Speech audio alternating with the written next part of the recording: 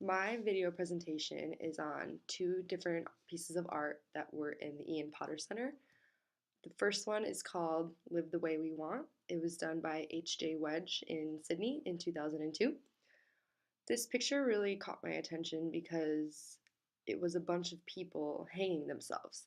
And when I decided to take a further look at it, I realized that it was a bunch of Aboriginals hanging themselves.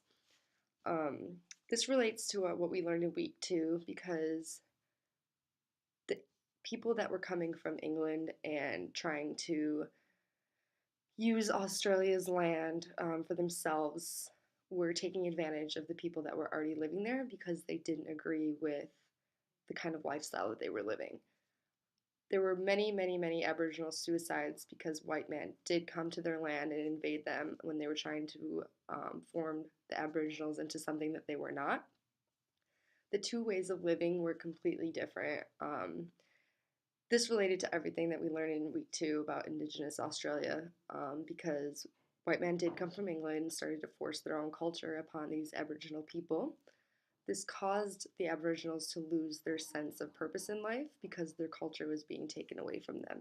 Everything that they believed in was being taken from them, and they were being forced into different things that they didn't believe in. For example, Christianity was being forced upon them when they simply were not Christians. In the picture, they have to the left, there's a tree, and it's a person that is painted red. And on the tree, there is a Christian cross. And the Aboriginals are hanging themselves from this tree with the Christian cross on them. And this symbolizes that they are being forced into being Christians, even though that's not what they believe in. And this is where their culture is being suppressed, which results in many suicides. There's also a person with an Australian flag in the background, and they have a campsite. And this depicts that the Australians aren't doing anything about these people killing themselves because they don't really care. Um, they firmly believe that what they're doing is okay and right because they believe that they're more advanced than the Aboriginals because they don't agree with their lifestyle. And the Australian flag in the background with someone standing by it and that person is doing absolutely nothing just shows that they didn't really care about what the Aboriginals were going through because they just wanted the land for themselves.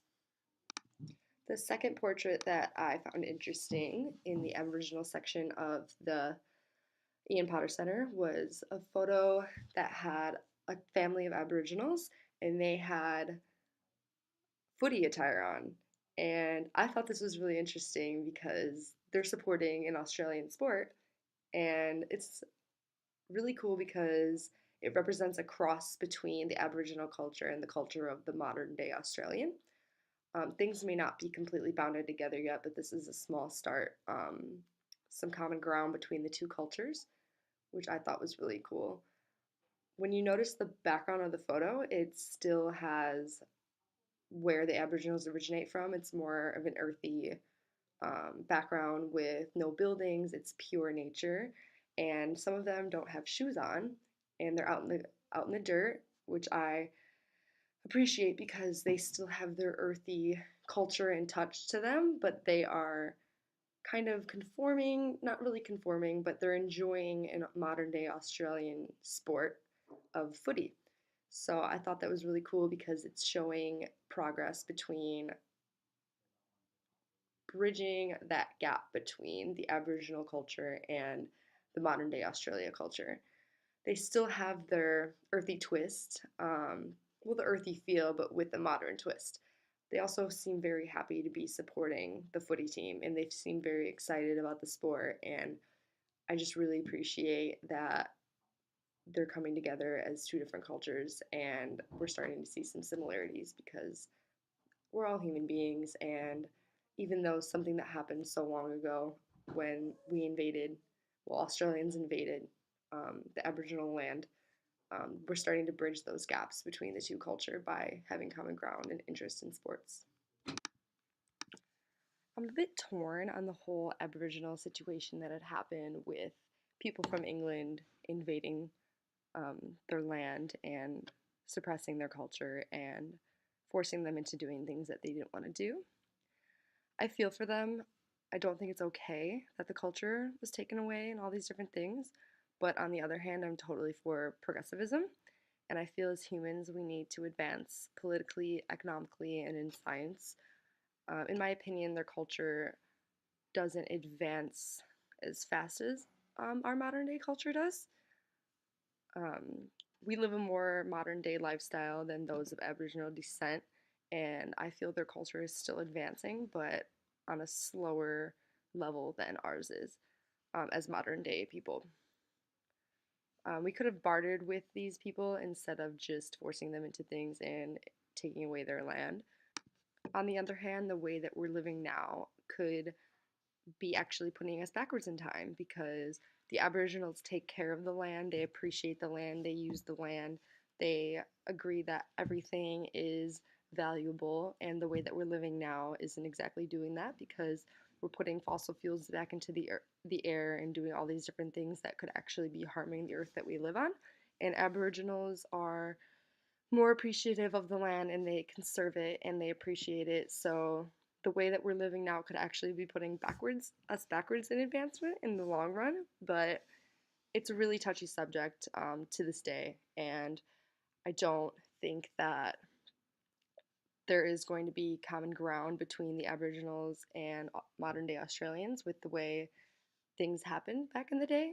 But like I said with the second portrait, that culture is starting to mesh a little bit, even on a small scale level. So hopefully the Aboriginals can forgive what had happened with the invasion of their land and appreciate all the advancements that we have in today's modernist society. The Ian Potter Center was very similar to other museums in the setup that you could walk around and look at all the different portraits and paintings and artists' stuff. But I found it very different because it was more of a free, like creative type environment. Like there was more eccentric pieces of art. For example, the girls like made of woven material, all the different bodies made of woven material, and all of the different big, huge, colorful, just freedom of expression type stuff. I felt like it was more like of an open, like this is what this is expressed to be instead of it being about how good the art was. It was more about your freedom of expression. It didn't matter if this was exactly what looks right or what was detailed and what was very good to the eye. It was more of a colorful freedom of expression type art, and I really appreciated that about the Ian Potter Center.